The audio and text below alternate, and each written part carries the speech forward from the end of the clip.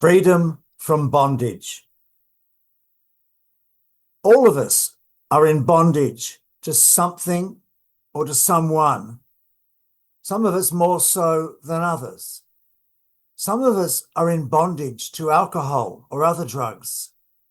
Others of us are in bondage to other sorts of addictions, including being addicted to work and other people. Take a look at social media. The good-looking men and women who flex their muscles, show their washboard abs, and so on. Oh, how we crave the useless attention and approval of others. Still others of us are in bondage to mental obsessions and physical compulsions, things that make even our moment-to-moment existence misery. Well, what can we do about all this? When we get right down to the nub of things, all bondage is addiction to self. Yes, addiction to self. Self-absorption, self-obsession, self-centeredness, plain selfishness. True, there may be some mental health issues as well as physical illness involved as well.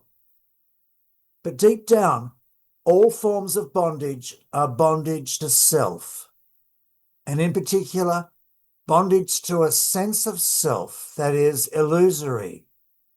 It only exists as an image or many images in our mind.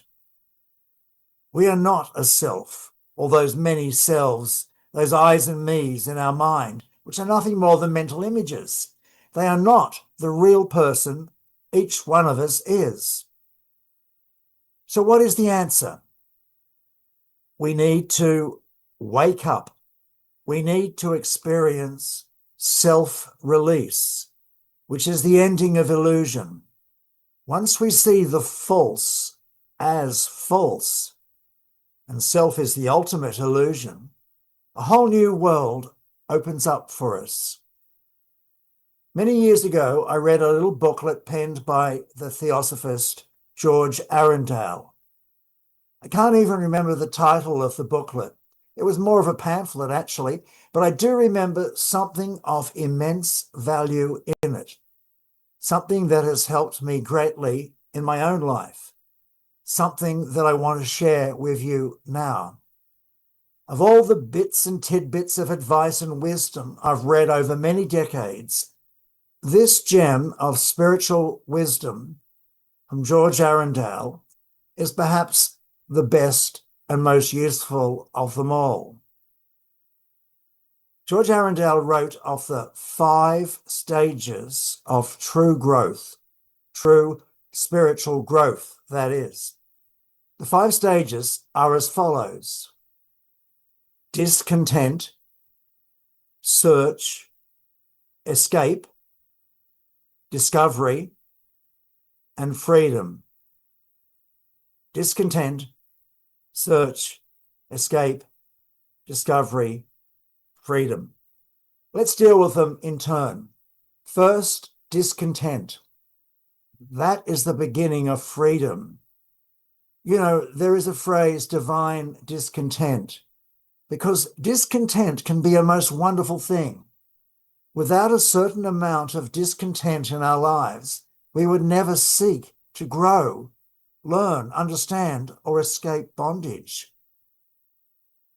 The Indian spiritual philosopher J. Krishnamurti had this to say about discontent: only a mind that is in despair can find reality. A mind that is completely discontented can jump into reality. Not a mind that is content, not a mind that is respectable, hedged about by beliefs. Though painful, it is a marvelous thing to be discontented. George Arundel calls discontent, which is the knowledge and recognition of bondage and lack and limitation, as an angel messenger of light in the midst of all darkness. That's what he called discontent. an angel messenger of light in the midst of all darkness. Take the alcoholic, for example. Alcoholics are never really happy, at least when they're practicing alcoholics. In fact, they live in misery, as do all addicts. Every alcoholic, and the same goes for any addict, seeks to escape an unwanted self. Actually, that is a very necessary thing to do, for we all must learn to escape our unwanted selves. That is, all those false and illusory images we have of ourselves that prevent us from seeing things as they really are. The problem with alcoholism and all other forms of addiction and bondage is that drugs and the like are never the answer. Indeed, they increasingly become the problem, and more of a problem, until the sufferer either dies or goes mad. That's true. Don't doubt it, even for a moment. The second stage of true growth is search. Discontent after varying periods of time results in a search for a way out. A thought comes to your mind. There must be a way out. There is, always. So we look for a way out. That may take a long time, although in most cases we make it longer than it need be. We may seek the views of others. We may join a new religion. We may read self-help books galore. I did all of those things in my own search for freedom. None of them really helped me to break free from bondage. But for some glorious reason, I never gave up hope. But eventually, I gave in. That is, I surrendered. I let go. Only then was it that a power not myself, a power greater than myself, because as I've said many times before in my talks, self can never change self. Self is the problem, never the solution.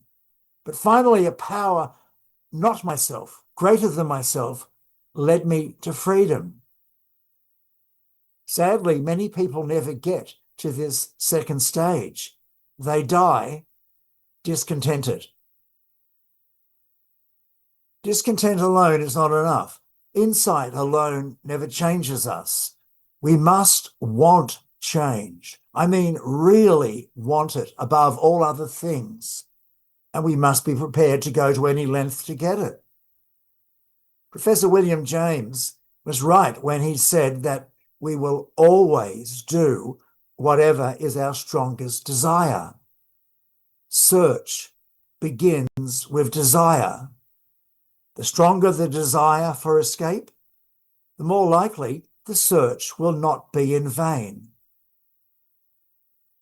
The third stage is escape. We exit the prison. We enter into a new world. Arundel called it a garden. Lovely imagery. Then we make a great discovery. Discovery is the fourth stage. We take possession of our new world and we discover. We learn. We understand. Gone are the old beliefs that only help to keep us in bondage. Once we believed, kind of. Now we know, we understand. There is a whole world of difference. The fifth stage of true growth is freedom. George Arundel wrote that we need to be very careful here. Sometimes, if we're not ever vigilant, we will find that we have entered a larger prison. True spiritual growth, he wrote, is often a case of freedom succeeding freedom as we draw nearer to eternity, at least to an eternity, he wrote. discontent, search, escape, discovery, freedom. That's it. In many ways, these 5 words are all you need to know to be able to live a long, happy, and satisfying life. Arundel wrote that these 5 steps encapsulate a certain spiritual or metaphysical law. The law of universal growth, he called it. He also wrote that this law of growth is God's gift of time. Perhaps, but for many people, time is running out. We must act now. In 2 Corinthians, we read, "Behold, now is the accepted time. Behold, now is the day of salvation." Yes, right now.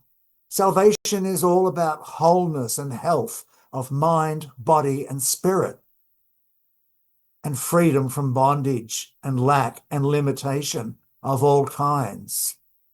In this life, salvation is all about waking up.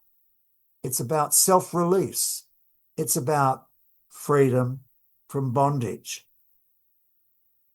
Yes, there is a power not oneself that can make all things new. That power, as Dr. Norman Vincent Peale has written, is a spiritual giant within you, which is always struggling to burst its way out of the prison you have made for it. This power can restore you to health and vitality. It can release you from all bondage. It can make your life worth living. This power is your real self, with a capital S for self. It is that divine life in you, manifesting itself as you. It's your very ground of being. It's the source and essence of your life, health, strength, and vitality. May you come to know this power today, indeed, right now.